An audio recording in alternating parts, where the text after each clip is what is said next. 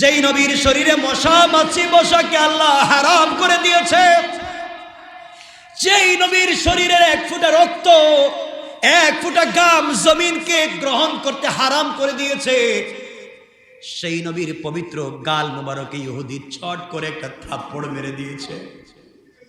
আমার নবীজির গাল মুবারকে থাপ্পড় মেরে দিয়েছে। মনে হয় 5টা আঙ্গুলের দাগ নোরানি চেহারায় বসে গিয়েছে। নবীজি সাল্লাল্লাহু আলাইহি ওয়াসাল্লাম নিজের চেহারায় হাত দিলেন না, নিজের গালে হাত না দিয়ে ইহুদির হাতকে জড়াইয়া ধরলেন। আমার মুসলমান বন্ধুগণ, রাসূল পাক সাল্লাল্লাহু আলাইহি ওয়াসাল্লাম কলিজার টুকরা মেয়ে হযরতে ফাতেমা রাদিয়াল্লাহু তাআলা আনহার ঘরে যেতে চাইলেন। হাসান আর হুসাইন খাবার না পেয়ে বিছানায় নানা নানা বলে চিৎকার করে। মায়ের কাছে বলছে, আম্মা জান, আপনি আর বাবা আমাদেরকে খাবার দিতে পারেন না, আমাদেরকে আপনি নানার কাছে নিয়ে যান। আমরা দুই ভাই যখন নানার নুরানি চেহারা মুবারকের দিকে তাকাই মা, তখন আমাদের দুই ভাইয়ের পেটের খিদা দূর হয়ে যায়। আমরা এমন একজন নানা দুনিয়ার জমিনে পেয়েছি মা। অন্ধকার রাত্রে যখন হাঁটবার জন্য লাইট পাই না, নানার কাছে আমরা গিয়ে বলেছি, নানা তুমি দরজার সামনে দাঁড়িয়ে একবার মুচকি হাসবা। ও মা, নানা যখন দরজায় দাঁড়িয়ে মুচকি হাসি দেয়, তার যে মুচকি হাসিতে দাঁত বের হয়ে যায়, ওই দাঁতের আলোতে অন্ধকার রাস্তা আলোকিত হয়ে যায়। আমরা সেই নানার কাছে যেতে চাই।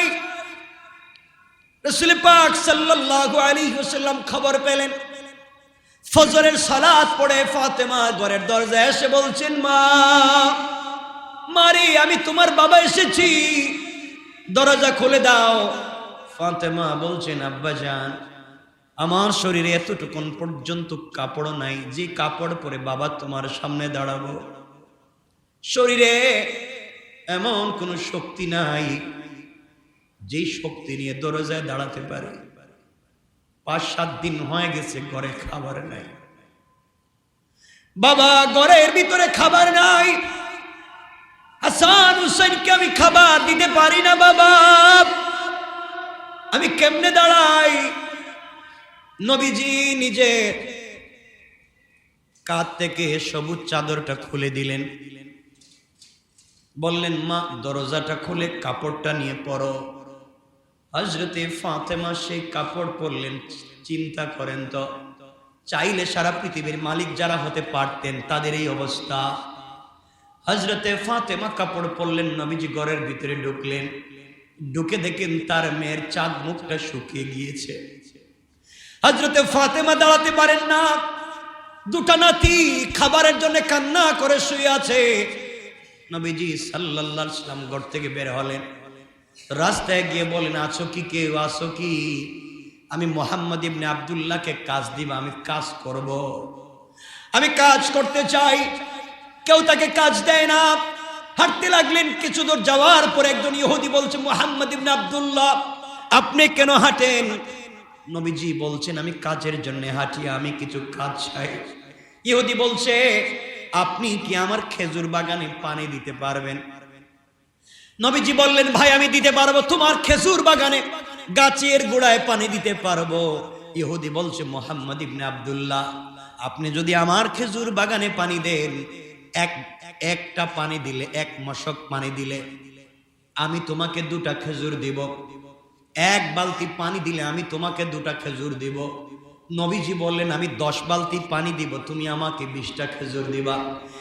এই সিদ্ধান্ত করে আমার রাসূল খেজুর বাগানে চলে গেলেন, পানি দিতে লাগলেন। পানি দিতে দিতে দিতে দিতে তিনি 9 বালতি পানি দিয়েছেন। শরীর থেকে মিশকে আম্বরের ফোঁটার মতো ঘাম বের হয়, জমিন ভরে যায়। শরীর থেকে ফুটা ফুটা হয়ে মুখ থেকে দাড়ে ভিজে ভিজে ঘামের ফোঁটাগুলো পড়ে। আমার নবীজি কূপের নিচে বালতি ফেলে দড়ি দিয়ে টেনে টেনে পানি উঠায়, আর ইহুদির খেজুর বাগানে গাছের গোড়ায় পানি দেয়। আল্লাহর ফেরেশতারা কান্না করে আল্লাহকে ডাক দিয়ে বলছে, আল্লাহ, যাকে রাহমাতাল লিল আলামিন বানিয়েছো তাকে তুমি এমন করে কষ্ট দিচ্ছ। নবীজি 10 নম্বর বালতি পানি নেওয়ার জন্য যখন কূপে বালতি ফেললেন, টান দেওয়ার সাথে সাথে দড়ি ছিঁড়ে গিয়েছে, বালতি কূপের নিচে পড়ে গিয়েছে। রাসূলের হাতে দড়ি চলে এসেছে, 10 বালতি পানি দিতে পারলেন না। ইহুদির কাছে গিয়ে বলছেন, ভাইরে 10 বালতি পানি দিতে চাইলাম, দিতে পারলাম না, 9 বালতি দিয়েছি, 1 বালতি দিতে পারলাম না, আমাকে 18টা খেজুর দাও, আমি দিতে পারলাম না, আমাকে ক্ষমা করে দাও। ইহুদি ডাক দিয়া বলছে, মুহাম্মদ ইবনে আব্দুল্লাহ, তোমাকে আমার খেজুর বাগানে পানি দেওয়ার জন্য কর্মচারী নিযুক্ত করেছি, আমার বালতির দড়ি ছিঁড়ে বালতি কূপের নিচে ফেলে দেওয়ার জন্য না। এই কথা বলে যেই নবীর শরীরে মশা মাছি বসাকে আল্লাহ হারাম করে দিয়েছে, যেই নবীর শরীরে মশা মাছি বসাকে আল্লাহ হারাম করে দিয়েছে, যেই নবীর শরীরের 1 ফোঁটা রক্ত, 1 ফোঁটা ঘাম জমিনকে গ্রহণ করতে হারাম করে দিয়েছে, সেই নবীর পবিত্র গাল মুবারকে ইহুদি ছট করে একটা থাপ্পড় মেরে দিয়েছে। আমার নবীজির গাল মুবারকে থাপ্পড় মেরে দিয়েছে, মনে হয় 5টা আঙ্গুলের দাগ নোরানি চেহারায় বসে গিয়েছে। নবীজি সাল্লাল্লাহু আলাইহি ওয়াসাল্লাম নিজের চেহারায় হাত দিলেন না, নিজের গালে হাত না দিয়ে ইহুদির হাতকে জড়াইয়া ধরলেন আর বললেন, ভাইরে, তুমি যে হাত দিয়ে আমাকে আঘাত করেছো, তুমি কি তোমার সেই হাতে ব্যথা পেয়েছো? বাইরে, তুমি যদি তোমার হাতে ব্যথা পেয়ে থাকো, কিয়ামতের দিনে আল্লাহর আদালতে আমার বিরুদ্ধে নালিশ করবা না। আল্লাহর সামনে আমার বিরুদ্ধে নালিশ করতে যাইও না। আমি মুহাম্মদ ইবনে আব্দুল্লাহ আমার পিঠের কাপড় খুলে দিলাম, তোমার যত মন চায় আমার পিঠে আঘাত করে করে প্রতিশোধ নিবা। এরপরেও কিয়ামতের দিনে আল্লাহর আদালতে আমার বিরুদ্ধে নালিশ করবা না। আল্লাহু আকবার বলেন। কেমন ছিল তোমার রাসূলের চরিত্র? তোমার রাসূলের চরিত্র কেমন ছিল? আমার বন্ধুগণ কত নম্র, কত ভদ্র ছিলেন। এই জন্য আল্লাহ বলেছেন, যাকে নম্রতার নিয়ামত দিয়েছি সে পৃথিবীর সবথেকে বড় নিয়ামত পেয়েছে। এই জন্য আমার রাসূলের চরিত্রের নাম হলো, আল্লাহ রাব্বুল ইজ্জত ওয়াল জালাল বলছেন, ইন্নাকা লাআলা খুলুকিন আযীম, উত্তম চরিত্র, আপনাকে নম্রতার চরিত্র দিয়েছি। আমার বন্ধুগণ, লম্বা ঘটনার লম্বা, শেষ পর্যন্ত ইহুদি মুসলমান হয়েছে। আমি শুধু এতটুকুন বুঝাতে চাইলাম তোমার আমার রাসূলের চরিত্র কেমন ছিল। এই জন্যে দুনিয়ার জমিনে চলার পথে তোমার আমার চরিত্র নম্র ভদ্র হওয়ার দরকার আছে না নাই? আল্লাহ রাব্বুল ইজ্জত ওয়াল জালাল হাদিসে কুদসিতে বলেছেন, আমার যে বান্দা নম্র হবে, আমার যে বান্দা ভদ্র হবে, কিয়ামতের দিনে তাকে আমি আল্লাহ আরশে আজিমের ছায়া জায়গা দিয়ে বিনা হিসাবে জান্নাতের ওয়াদা দিলাম। সুবহানাল্লাহ পড়েন। খলিফাতুল মুসলিমিন আমিরুল মুমিনিন হযরত আবু বকর সিদ্দিক যখন মদিনার খলিফা, মদিনার জমিনে রাসূল পাক সাল্লাল্লাহু আলাইহি ওয়াসাল্লাম নাই, মদিনার মধ্যে অনাবৃষ্টি দুর্ভিক্ষ শুরু হয়ে গেল। মদিনার ঘরে ঘরে দুর্ভিক্ষ, খাবার নাই, পানি নাই, কিছুই নাই। মানুষজন অনাহারে অনাহারে দিন কাটাতে লাগলো। মদিনার মধ্যে দুর্ভিক্ষ দেখা দিয়েছে, মদিনার মানুষ না খেয়ে মারা যাচ্ছে, সন্তানেরা খাবার পাচ্ছে না, নারী শিশু বৃদ্ধ পর্যন্ত খাবার পাচ্ছেন না। মানুষ জীবনে কষ্ট করতে লাগলো। এমন সময়ে মদিনার মানুষ কান্না করতে করতে পরিশান হয়ে গেলেন, কি করা যায়? জোয়ান মানুষ বাঁচতেছে না, বাচ্চাগুলা বৃদ্ধ বৃদ্ধাদেরকে কেমনে বাঁচানো যায়? মদিনায় চরম কঠিন দুর্ভিক্ষ দেখা দিল। এদিকে মদিনার একজন সফল ব্যবসায়ী, বড় শিল্পপতি সাহাবী হযরত উসমান রাদিয়াল্লাহু তাআলা আনহু, তিনি বিশাল বড় এক ব্যবসায়ী কাফেলা নিয়ে 100 উট বুঝাই করা খাবার নিয়ে তিনি মদিনার ভিতরে আসতে লাগলেন। 100 উট বুঝাই করা খাবার, মানে আজকের 100 বিশাল বড় লরি, কন্টেইনার, লরিতে যে খাবার ধরে উটের পিঠে তাই ধরে। 100 উট বুঝাই করা সম্পদ নিয়ে মদিনার দিকে আসতে লাগলেন, মদিনার দিকে আসতে লাগলেন, বাজারের দিকে ঢুকতে লাগলেন। পুরা মদিনার ভিতরে খবর ছড়িয়ে পড়েছে, হযরতে উসমান রাদিয়াল্লাহু তাআলা আনহু খাবার নিয়ে আসতেছেন, মদিনার থেকে দুর্ভিক্ষ চলে যাবে, 100 উট বুঝাই করা খাবার। পুরা মদিনার ব্যবসায়ীরা, মদিনার আশেপাশের বড় বড় ব্যবসায়ীরা সবাই একত্রিত হয়ে গেল, আর যারা খুচরা ব্যবসায়ী তারাও একত্রিত হয়ে গেল। হযরত উসমান রাদিয়াল্লাহু তাআলা আনহু চারিদিক ঘিরে ফেলল, খাদ্যের সংকট, মানুষজন মরে যাচ্ছে, সবাই মিলে ধরে বলল, উসমান রে, 100 উট বোঝাই করা খাবার নিয়ে এসেছ, মদিনার মানুষ না খেয়ে মারা যায়, অর্ধাহারে অনাহারে দিন কাটায়, মানুষ মরে মরে যাচ্ছে, এই খাবারগুলা তুমি কত টাকায় বিক্রি করবা, আমাদের কাছে বিক্রি করে দাও। মদিনার বাজারকে আমরা স্থিতিশীল করতে চাই, মদিনার বাজারের দামকে স্বাভাবিক করতে চাই, কারসাজি যেন না হয়, দাম যেন বেড়ে না যায়, আমরা কমিয়ে দিতে চাই, তুমি আমাদের কাছে বিক্রি করে দাও। হযরত উসমান রাদিয়াল্লাহু তাআলা আনহু জানতে চাইলেন, বললেন, আমি যে তোমাদের কাছে বিক্রি করব, এখন তো লাভের ব্যবসার সময়, তোমরা কত লাভ আমাকে দিবে? কারণ দুর্ভিক্ষ দেখা দিয়েছে, কারো কাছে খাবার নাই, কোন দেশ থেকে তোমাদের কাছে কোনো কাফেলা আসছে না, শুধু আমি এসেছি, সুতরাং তোমরা কেমন লাভ আমাকে দিবে তোমাদের কাছ থেকে আমি জানতে চাই।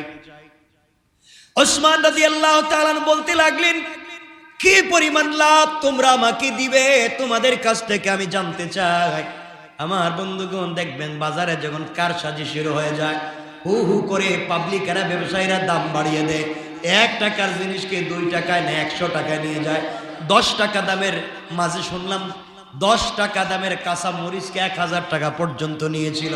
ব্যবসায়ীরা এমন কারসাজি করে, এরপরে গুদামজাত করে, যখন বাজারে বিক্রি করতে পারে না, তখন দেখবেন বন জঙ্গলে ফেলে দেয়, নষ্ট করে দেয়। আল্লাহ রাব্বুল ইজ্জত ওয়াল জালাল বলছে, যারা গুদামজাত করে, সম্পদকে একত্রিত করে বাজারের দাম বাড়ায়, তারা সাদ্দাদ আর কারুনের মতো পৃথিবী থেকে ধ্বংস হবে। বলেন নাউজুবিল্লাহ। আমার মুসলমান বন্ধুগণ, এই কাজগুলো পাবলিক করে না, করে না? বহুত বুজুর্গ, তাহাজ্জুদ ওয়ালা, সুফি সাহেব, হাজি সাহেব মাল জমা করে বাজারে আগুন জ্বালায়, আছে না নাই? ওই সমস্ত করে যারা পাবলিককে বিপদগ্রস্ত করে নিজের আখেরার পকেট গুছিয়ে বিদেশে টাকা পাচার করতে চায়, তারা এই জাতির জাতীয় দুশমন। ঠিক কিনা বলেন? সমাজকে বিকারগ্রস্ত করতে চায়, জাতিকে ধ্বংস করতে চায়। আমার মুসলমান বন্ধুগণ, দেখেন, রাসূলের আদর্শ যদি থাকতো বাজারীদের কাছে, দোকানীদের কাছে, কেউ রাগ করবেন না, আপনাদেরকে রাগাবার জন্য বলছি না, আপনাদেরকে বলছি, ব্যবসা করেন, মুসলমান হালাল পথে ব্যবসা করেন, রাসূলের সুন্নাত মতো ব্যবসা করেন, কারণ মরে যাওয়া লাগবে, কবরে হিসাব দেওয়া লাগবে, এই জন্য কথাগুলা বলছি। আপনিও ব্যবসায়ী, রাসূলের সাহাবী উসমানও ব্যবসায়ী, কথা বলেন। দুর্ভিক্ষ দেখা দিয়েছে, চরম দুর্ভিক্ষ, তিনি বললেন, কত লাভ দিবেন? সবাই বলতে লাগলো, আমরা আপনাকে কত লাভ দিব? উসমান রাদিয়াল্লাহু তাআলা আনহু বললেন, কি দিবা বলো? ব্যবসায়ীরা বলল, 10-এর বিনিময়ে 12। 10-এর বিনিময়ে? তিনি বললেন, এই লাভ দিয়ে আমি সম্পদ বিক্রি করবো না, পুরা দুনিয়ায় কোনো খাবার নাই, মদিনায় খাবার নাই, আছে আমার কাছে, আমি যা মন চায় তাই দাম দিয়ে বিক্রি করতে পারবো। বড় বড় ব্যবসায়ীরা বলল, ও ওসমান, আপনাকে আমরা চিনি, আপনি তো এমন গরম না, এমন নরম মিজাজের ছিলেন, আপনি হঠাৎ করে ব্যবসায়ী হয়ে পাল্টে গেলেন কেন? বাজারকে আপনি গরম করতে চান কেন? ব্যবসায়ীরা দাঁড়িয়ে বলল, আমরা 10-এর বিনিময়ে 10। 10-এর বিনিময়ে? তাইলে 100 টাকার মাল 200। হযরত উসমান রাদিয়াল্লাহু তাআলা আনহু বললেন, না, এত কম টাকায় আমি বিক্রি করতে চাই না। সবাই বলল, তাইলে কেমন দিবা? সবাই বলল, তাইলে কেমন দিতে চাও? তিনি বললেন, আরো বাড়াও, আরো বাড়াও। তাহলে 2 গুণ, 3 গুণ, 4 গুণ, 5 গুণ, এগুলা করতে করতে করতে করতে 10-এর বিনিময়ে, 1-এর বিনিময়ে 10 গুণ, মানে 1 টাকার পণ্য 10 টাকা, 100 টাকার 1000, 100 টাকার জিনিস 1000 টাকা। তিনি বললেন, এই দামেও বিক্রি করবো না, আরো বাড়াও। মানুষ তো এমনি দেখতেছে, মানুষ পরিশান, বাজারে খাবার নাই, মানুষ মরে যাচ্ছে। উসমান এমন পরিবর্তন হয়ে গেলেন। নবীজির 2 মেয়েকে বিয়ে করেছেন জিন্নুরাইন। নবীজি যাকে দেখলে লজ্জা পেতেন, যার চেহারার দিকে তাকাতেন না। হযরত উসমান এমন লোক ছিলেন, নবীজি যদি কোথাও বসা থাকতেন, উসমান আসতেন, নবীজি দাঁড়িয়ে দাঁড়িয়ে থাকতেন। সুবহানাল্লাহ বলেন। নবীজি যদি শুয়ে থাকতেন, উসমান যদি আসতেন, নবীজি বসে যেতেন। নবীজির পরনে যদি নরমাল কাপড় থাকতো, উসমান আসলে বলতেন দাঁড়াও, দরজায় দাঁড়াও। ঘটনা মনে পড়ে গেল, নবীজি বিছানায় শুয়ে আছেন, সিদ্দিক আকবর এসে দরজায় নক করে বলছেন, ইয়া রাসূলুল্লাহ ঘরে আসেননি? নবীজি বললেন ঘরে আছি। ইয়া রাসূলুল্লাহ আসতে পারি? আসো। হযরতে আবু বকর ঢুকে দেখলেন নবীজি চাটাইয়ের উপরে শুয়ে আছেন, নাভি থেকে হাঁটু পর্যন্ত কাপড় আছে, গরম, শুয়ে আছেন ঘরের ভিতরে। সিদ্দিক আকবরের মেয়ে আম্মা জান আয়েশা বসা। তাহলে এই কাপড় ঠিক আছে নি? পরিবারের ভিতরে স্ত্রী বসা, সমস্যা আছে? সমস্যা আছে? নবীজির পার্সোনাল লাইফ নাই? আছে। শ্বশুর এসেছেন, আবার নিজের সাহাবী এসেছেন, বসা আবু বকর। কিছুক্ষণ পর আরেকজন এসে বলছেন, ইয়া রাসূলুল্লাহ আসতে পারি? নবীজি বলেন আসো। কে? আমি ওমর। নবীজি বলেন আসো। হাফসার বাবা আসো। কিছুক্ষণ পর আরেকজন বললেন, ইয়া রাসূলুল্লাহ আসতে পারি কি? নবীজি বলেন আসো।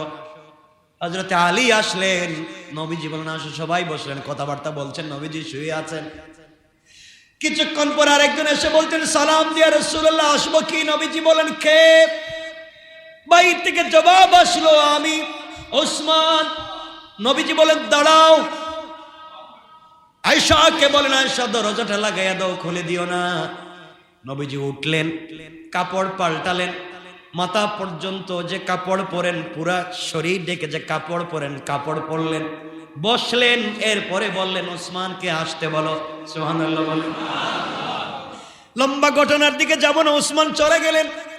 আম্মা জান আয়েশা সহ সিদ্দিক আকবর বলছেন, ইয়া রাসূলুল্লাহ আমার বাবা আসলেন, আবু বকর আসলেন, ওমর আসলো, আলী আসলো, আপনি উঠলেন না, কাপড় পরিবর্তন করলেন না, ওসমানের জন্য করলেন কেন? নবীজি বললেন তোমরা জানো না আমার ওসমানকে আমি কেন স্বয়ং আল্লাহর রহমতের ফেরেশতারা দেখলে পর্যন্ত লজ্জা পায়। আল্লাহু আকবার। কেমন ছিলেন এই মানুষটা? 2 মেয়েকে রাসূলের বিয়ে করেছেন। নবীজি বলেছেন আমার যদি আরেকটা মেয়ে থাকতো ওসমানের কাছে বিয়ে দিতাম। সেই ওসমান বলতেছেন 10 গুণ বাড়াইছো তো কি হবে, আমি বিক্রি করব না। মদিনার মানুষ চিন্তায় পড়ে গেলে এত দাম দিতে চাই।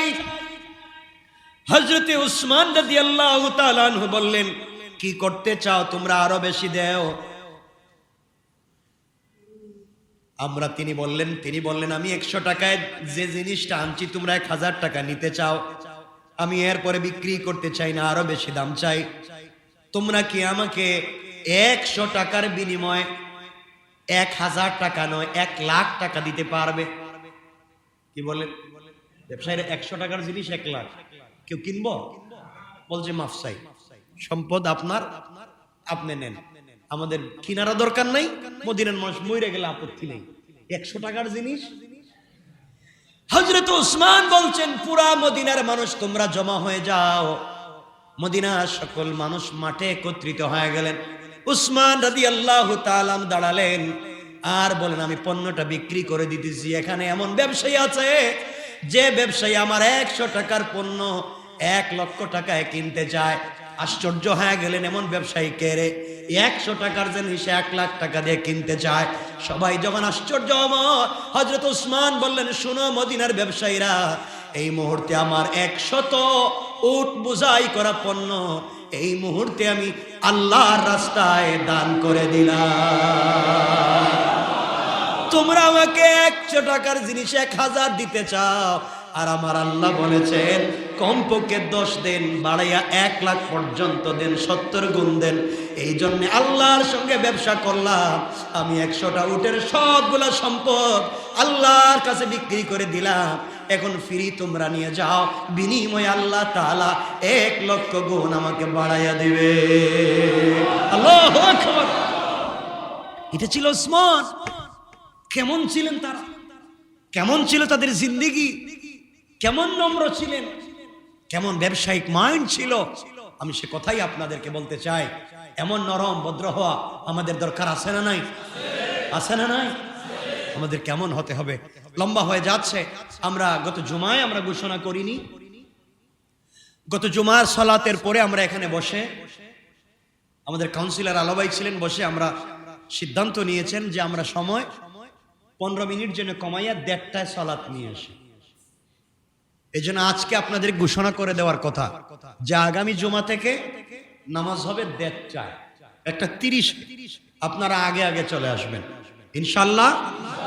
আজকে যেহেতু ঘোষণা করে দিচ্ছি, অনেকে জানতেন না, এখনো আসবেন, এই জন্য আমরা আজকে আগের জায়গায় থেকে কম বেশ করতে পারি। কিন্তু আগামী জুমা থেকে জামাত হবে কটায়? আমরা টাইম ঠিক করে দিয়েছি, ঠিক করা হয়েছে না? হ্যাঁ, 1:30-এ। আমরা 1:45-এ শুরু করতাম, 1:30-এ হবে। এই জন্য আগামী জুমা থেকে আপনারা আগে আগে আসার চেষ্টা করবেন তো ইনশাল্লাহ। সবাইকে জানাইয়া দিবেন যে টাইম চেঞ্জ করে 15 মিনিট আগে দেওয়া হয়েছে, আমরা 1:30-এ শুরু করব। আজকে যেহেতু বললাম এখনো তো লোক আসবেন, এজন্য আমরা একটু সামনে যাব। তো এতক্ষণ আলোচনা করে যা বুঝাতে চাইলাম, হযরতে রাসূল পাক সাল্লাল্লাহু আলাইহি সাল্লামের জবান, দিল গরম ছিল না নরম ছিল? সাহাবায়ে কেরামের দিল নরম ছিল না গরম ছিল? নরম ছিল। তা আমাদের আমরা কি? আমরা ঠোঁট খাটা। আরে আল্লাহর ঠোঁট কাটা রে। হযরতে আলী কাররামাল্লাহু ওয়াজহা আমার রাসূলকে গালি দিয়েছে বেয়াদব বলে একজন লোক। নাউজুবিল্লাহ বলেন। নবীজিকে বলছে মুহাম্মদকে যেখানে পাবো সেখানে মেরে ফেলবো। আলী বলছেন আমি তোরে পাই, দেখাচ্ছি মজা। খুঁজতে খুঁজতে আলী যাকে আসাদুল্লাহিল গালিব, আল্লাহ যাকে বিজয়ী বাঘ বানিয়ে পাঠিয়েছেন, যিনি একটা কপাট নিয়ে যাকে কয়েক হাজার মানুষ ধরতে পারে না, হযরতে আলী সেই কপাট নিয়ে, সেই দুর্গের কপাট নিয়ে যুদ্ধ করেছেন। সুবহানাল্লাহ বলেন। সে আলী ধরছেন, ধরের মাটিতে শুয়াইছেন। তুই আমার রাসূলকে গালি দিছিস, তোর এত সাহস? আমার নবীজিকে গালি দিয়েছিস, তোর জিন্দেগি শেষ। হযরতে আলী তাকে শোয়াইয়া তার বুকের উপরে বসছেন, তরবারি বের করেছেন। জুলফিকার কি? জুলফিকার, শরীর থেকে মাথা আলাদা করে দেব। হযরতে আলী গলায় ছুরি লাগিয়ে টান দিবেন, ওই লোকটা নিচে বসে থুতু মাইরা দিয়েছে হযরতে আলীর মুখে। নিচে বসে চিন্তা করছে আমি যখন মরেই যাব, যা তোর মুখে শেষবারের থুতু। হযরতে আলীর মুখে থুতু মেরে দিয়েছে। আমরা হলে কি করতাম কোন তো? এটা কাটতাম। আগে যদি 2 পিস করার কথা ছিল, এখন 12 পিস করতাম। আমারে গালি দিছিস, আবার মুখে থুতু দিছিস। হযরতে আলী তাকে ছেড়ে দিয়েছে। আল্লাহু আকবার বললেন। আরে তোমার রাসূলের চরিত্র, সাহাবায়ে কেরামের চরিত্র বুঝাচ্ছি। ছেড়ে দিয়েছেন, কুশমুক্ত করলেন। আল্লাহর কাছে বলছেন আল্লাহ তুমি আমাকে ক্ষমা করে দাও। লোকটা ছাড়া পেয়ে বলছে আলী তুমি আমাকে ছেড়ে দিলে কেন? আশ্চর্য, আমাকে হাতে পেয়েছো, শুয়ে দিয়েছো, বুকের উপরে বসেছো, আমাকে ছেড়ে দিলে কেন? হযরতে আলী বলছেন এতক্ষণ তোকে মারবার উদ্দেশ্য ছিল, আমার রাসূলকে গালি দিয়েছিস, আর এখন তুমি আমার মুখে থুতু দিয়েছো, আমার রাগ উঠে গিয়েছে, আমার মাথা গরম হয়ে গিয়েছে। আমি নম্র ভদ্র রাসূলের একজন সাহাবী, আমি রাগ করতে পারি না, সুতরাং রাগে তোকে মারতে পারি না। এই জন্য রাগ উঠে যাওয়াতে, নম্রতা শ্রেষ্ঠ নিয়ামত আমার কাছ থেকে চলে যাওয়াতে আমি তোকে ছেড়ে দিলাম। সে চিন্তা করলো মানুষের চরিত্র এমন হয়, এটা মানুষের চরিত্র। সে সিদ্ধান্ত নিল আমিও আর এভাবে অন্যায় করবো না। বলছে আলী তোর হাতটা বড় করে দে, আর আমাকে কালিমা পড়াইয়া মুসলমান বানাইয়া দে। আল্লাহ, এটাই রাসূলের চরিত্র, এটাই সাহাবায়ে কেরামের চরিত্র। আমাদের চরিত্র এমন হওয়ার দরকার আছে না নাই? এই চরিত্র আমাদের হওয়া দরকার। কিন্তু এই চরিত্র আফসোস সব মুখে, বাস্তবে আমাদের এই চরিত্র হচ্ছে না। এই চরিত্রের শেষ কথা বলে আলোচনা শেষ করতে চাই, লম্বা করতে চাই না, বড় হয়ে যায় কথা। আমার মুসলমান বন্ধুগণ, রাসূল পাক সাল্লাল্লাহু আলাইহি ওয়াসাল্লাম কলিজার টুকরা মেয়ে হযরতে ফাতেমা রাদিয়াল্লাহু তাআলা আনহার ঘরে যেতে চাইলেন। হাসান আর হুসাইন খাবার না পেয়ে বিছানায় নানা নানা বলে চিৎকার করে। মায়ের কাছে বলছে আম্মা জান, আপনি আর বাবা আমাদেরকে খাবার দিতে পারেন না। আমাদেরকে আপনি নানার কাছে নিয়ে যান। আমরা দুই ভাই যখন নানার নুরানি চেহারা মুবারকের দিকে তাকাই মা, তখন আমাদের দুই ভাইয়ের পেটের খিদা দূর হয়ে যায়। আমরা এমন একজন নানা দুনিয়ার জমিনে পেয়েছি মা, অন্ধকার রাত্রে যখন হাঁটবার জন্য লাইট পাই না, নানার কাছে আমরা গিয়ে বলেছি, নানা তুমি দরজার সামনে দাঁড়িয়ে একবার মুচকি হাসবা। ও মা, নানা যখন দরজায় দাঁড়িয়ে মুচকি হাসি দেয়, তার যে মুচকি হাসিতে দাঁত বের হয়ে যায়, ওই দাঁতের আলোতে অন্ধকার রাস্তা আলোকিত হয়ে যায়। আমরা সেই নানার কাছে যেতে চাই। রাসূল পাক সাল্লাল্লাহু আলাইহি ওয়াসাল্লাম খবর পেলেন, ফজরের সালাত পড়ে ফাতেমা ঘরের দরজায় এসে বলছেন, মা মারে আমি তোমার বাবা এসেছি, দরজা খুলে দাও। ফাতেমা বলছেন, আব্বাজান আমার শরীরে এতটুকুন পর্যন্ত কাপড় নাই যে কাপড় পরে বাবা তোমার সামনে দাঁড়াবো। শরীরে এমন কোন শক্তি নাই যেই শক্তি নিয়ে দরজায় দাঁড়াতে পারে। 5-7 দিন হয়ে গেছে ঘরে খাবার নাই বাবা, ঘরের ভিতরে খাবার নাই। হাসান হুসেনকে আমি খাবার দিতে পারি না বাবা, আমি কেমনে দাঁড়াই? নবীজি নিজে কাঁধ থেকে সবুজ চাদরটা খুলে দিলেন, বললেন, মা দরজাটা খুলে কাপড়টা নিয়ে পরো। হযরতে ফাতেমা সেই কাপড় পরলেন। চিন্তা করেন তো, চাইলে সারা পৃথিবীর মালিক যারা হতে পারতেন তাদের এই অবস্থা। হযরতে ফাতেমা কাপড় পরলেন, নবীজি ঘরের ভিতরে ঢুকলেন। ঢুকে দেখেন তার মেয়ের চাঁদ মুখটা শুকিয়ে গিয়েছে।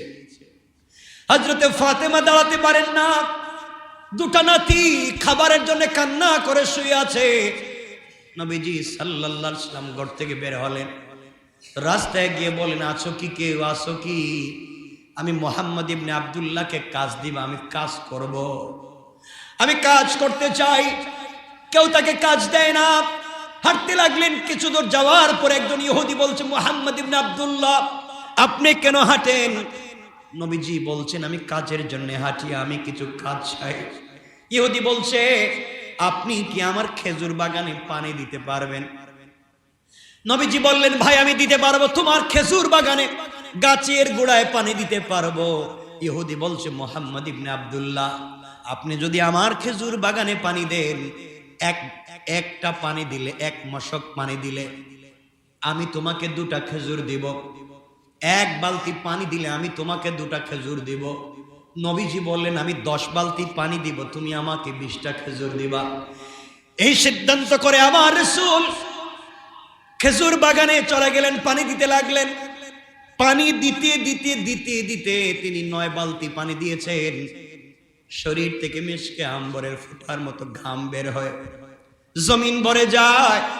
শরীর থেকে ফুটা ফুটা হয়ে মুখ থেকে দাড়ি ভিজে ভিজে ঘামের ফোঁটাগুলা পড়ে। আমার নবীজি কূপের নিচে বালতি ফেলে দড়ি দিয়ে টেনে টেনে পানি উঠায়, আর ইহুদির খেজুর বাগানে গাছের গোড়ায় পানি দেয়। আল্লাহর ফেরেশতারা কান্না করে আল্লাহকে ডাক দিয়ে বলছে, আল্লাহ যাকে রাহমাতাল লিল আলামিন বানিয়েছো তাকে তুমি এমন করে কষ্ট দিচ্ছ। নবীজি 10 নম্বর বালতি পানি নেওয়ার জন্য যখন কূপে বালতি ফেললেন, টান দেওয়ার সাথে সাথে দড়ি ছিঁড়ে গিয়েছে, বালতি কূপের নিচে পড়ে গিয়েছে। রাসূলের হাতে দড়ি চলে এসেছে, 10 বালতি পানি দিতে পারলেন না। ইহুদির কাছে গিয়ে বলছেন, ভাইরে 10 বালতি পানি দিতে চাইলাম, দিতে পারলাম না, 9 বালতি দিয়েছি, 1 বালতি দিতে পারলাম না, আমাকে 18টা খেজুর দাও, আমি দিতে পারলাম না, আমাকে ক্ষমা করে দাও। ইহুদি ডাক দিয়া বলছে, মুহাম্মদ ইবনে আব্দুল্লাহ তোমাকে আমার খেজুর বাগানে পানি দেওয়ার জন্য কর্মচারী নিযুক্ত করেছি, আমার বালতির দড়ি ছিঁড়ে বালতি কূপের নিচে ফেলে দেওয়ার জন্য না। এই কথা বলে যেই নবীর শরীরে মশা মাছি বসাকে আল্লাহ হারাম করে দিয়েছে, যেই নবীর শরীরে মশা মাছি মশাকে আল্লাহ হারাম করে দিয়েছে, যেই নবীর শরীরের এক ফোঁটা রক্ত, এক ফোঁটা ঘাম জমিনকে গ্রহণ করতে হারাম করে দিয়েছে, সেই নবীর পবিত্র গাল মুবারকে ইহুদি ছট করে একটা থাপ্পড় মেরে দিয়েছে। আমার নবীজির গাল মুবারকে থাপ্পড় মেরে দিয়েছে, মনে হয় 5টা আঙ্গুলের দাগ নোরানি চেহারায় বসে গিয়েছে। নবীজি সাল্লাল্লাহু আলাইহি ওয়াসাল্লাম নিজের চেহারায় হাত দিলেন না, নিজের গালে হাত না দিয়ে ইহুদির হাতকে জড়াইয়া ধরলেন আর বললেন, ভাইরে তুমি যে হাত দিয়ে আমাকে আঘাত করেছো, তুমি কি তোমার সেই হাতে ব্যথা পেয়েছো? বাইরে তুমি যদি তোমার হাতে ব্যথা পেয়ে থাকো, কিয়ামতের দিনে আল্লাহর আদালতে আমার বিরুদ্ধে নালিশ করবা না। আল্লাহর সামনে আমার বিরুদ্ধে নালিশ করতে যাইও না। আমি মুহাম্মদ ইবনে আব্দুল্লাহ আমার পিঠের কাপড় খুলে দিলাম, তোমার যত মন চায় আমার পিঠে আঘাত করে করে প্রতিশোধ নিবা। এরপরেও কিয়ামতের দিনে আল্লাহর আদালতে আমার বিরুদ্ধে নালিশ করবা না। আল্লাহু আকবার বলেন। কেমন ছিল তোমার রাসূলের চরিত্র? তোমার রাসূলের চরিত্র কেমন ছিল? আমার বন্ধুগণ কত নম্র কত ভদ্র ছিলেন। এই জন্য আল্লাহ বলেছেন, যাকে নম্রতার নিয়ামত দিয়েছি সে পৃথিবীর সবথেকে বড় নিয়ামত পেয়েছে। এই জন্য আমার রাসূলের চরিত্রের নাম হলো, আল্লাহ রব্বুল ইজ্জত ওয়াল জালাল বলছেন, ইন্নাকা লাআলা খুলুকিন আযীম, উত্তম চরিত্র, আপনাকে নম্রতার চরিত্র দিয়েছি। আমার বন্ধুগণ লম্বা ঘটনার লম্বা, শেষ পর্যন্ত ইহুদি মুসলমান হয়েছে। আমি শুধু এতটুকুন বুঝাতে চাইলাম তোমার আমার রাসূলের চরিত্র কেমন ছিল। এই জন্যে দুনিয়ার জমিনে চলার পথে তোমার আমার চরিত্র নম্র ভদ্র হওয়ার দরকার আছে না নাই? আল্লাহ রাব্বুল ইজ্জত ওয়াল জালাল হাদিসে কুদসিতে বলেছেন, আমার যে বান্দা নম্র হবে, আমার যে বান্দা ভদ্র হবে, কিয়ামতের দিনে তাকে আমি আল্লাহ আরশে আজিমের ছায়ায় জায়গা দিয়ে বিনা হিসাবে জান্নাতের ওয়াদা দিলাম। সুবহানাল্লাহ পড়েন। এজন্য আজকের পুরো আলোচনা থেকে আমরা এতটুকুনি জানলাম যে আমাদের চরিত্র কেমন হওয়া চাই? নরম। কেমন? নরম। আমরা গরম হব না, আমরা কাউকে গালি দিব না, আমরা হাসি মুখে কথা বলবো। কারণ একজন দুশমনের সাথেও হাসি মুখে কথা বলা সুন্নাত। হাসি মুখে কথা বলা সুন্নাত। এজন্য আমরা কারোর সাথে কথা বলতে হাসি মুখে কথা বলবো, নম্র ভদ্র ব্যবহার করব। বলেন ইনশাআল্লাহ। আমরা কাউকে গালি বলেন না, কাউকে গালি খারাপ ব্যবহার করব। সবার সাথে কেমন আচরণ করব? নম্র। কেমন? নম্র। কিন্তু আমার দুঃখ হয়, ছেলেরা বন্ধুদের সাথে নম্র আচরণ করে, সবচেয়ে গরম হয় মায়ের কাছে আর বাপের কাছে। কথা বলেন নাকি? মা বাপের কাছে সন্তান গরম হয়ে যায়। এগুলা ঠিক? আল্লাহ আমাদেরকে হেফাজত করুক।